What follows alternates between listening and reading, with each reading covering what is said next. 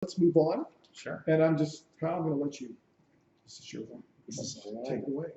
And before you do, I have to say that this is delicious one. That's all I can say. Thank you. Thank you. That's all you need to know.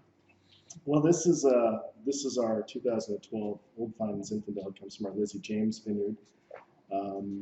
This vineyard, talking about old vineyards and whatnot, this vineyard was planted originally back in 1904. We love what it does. We purchased it a little over 15 years ago. It sat next to a piece of property that we had owned for many, many years. Knew the ground, knew the soils, and it was actually, if we didn't buy it, it was going to be destined to be 4 7-acre horse ranches. The vineyard would have been gone. And at the time, it was overgrown with weeds. It hadn't been taken care of very well.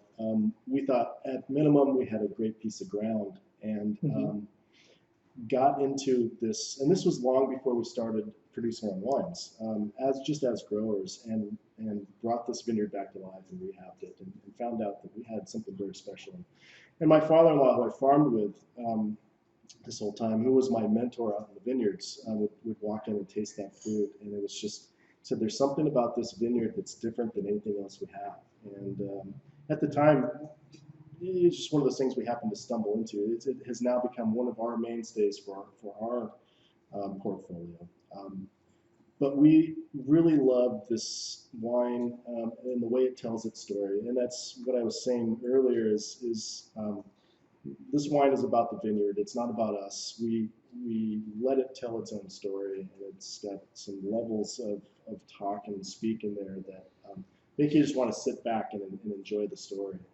Yeah, you can't say enough, and maybe it means more to us since we're in the business. But Sure. To me, I think about this vineyard in the context of really old great vineyards around the world. You can go, and they're almost like sacred places for agriculture. This wine can only come from that vineyard, period.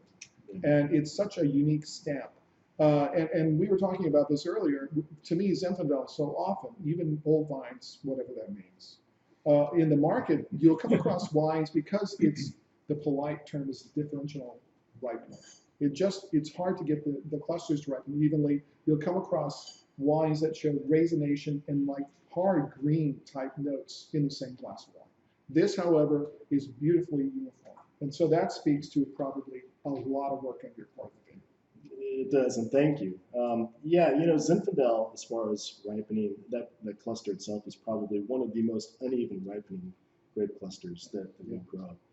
You can have everything from very green flavors in one berry to raisin in the other on the same cluster. And so to get that uniformity back to where you are here does take a lot of work and effort.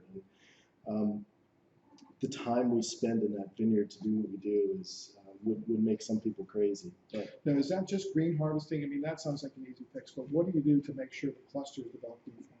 We're working on those vines from the time they break bud.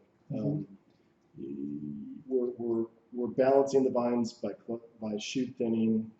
We're looking at cluster development. We're cluster thinning. We may be reducing shoulders. It absolutely depends on the season and what's happening. This vintage this year,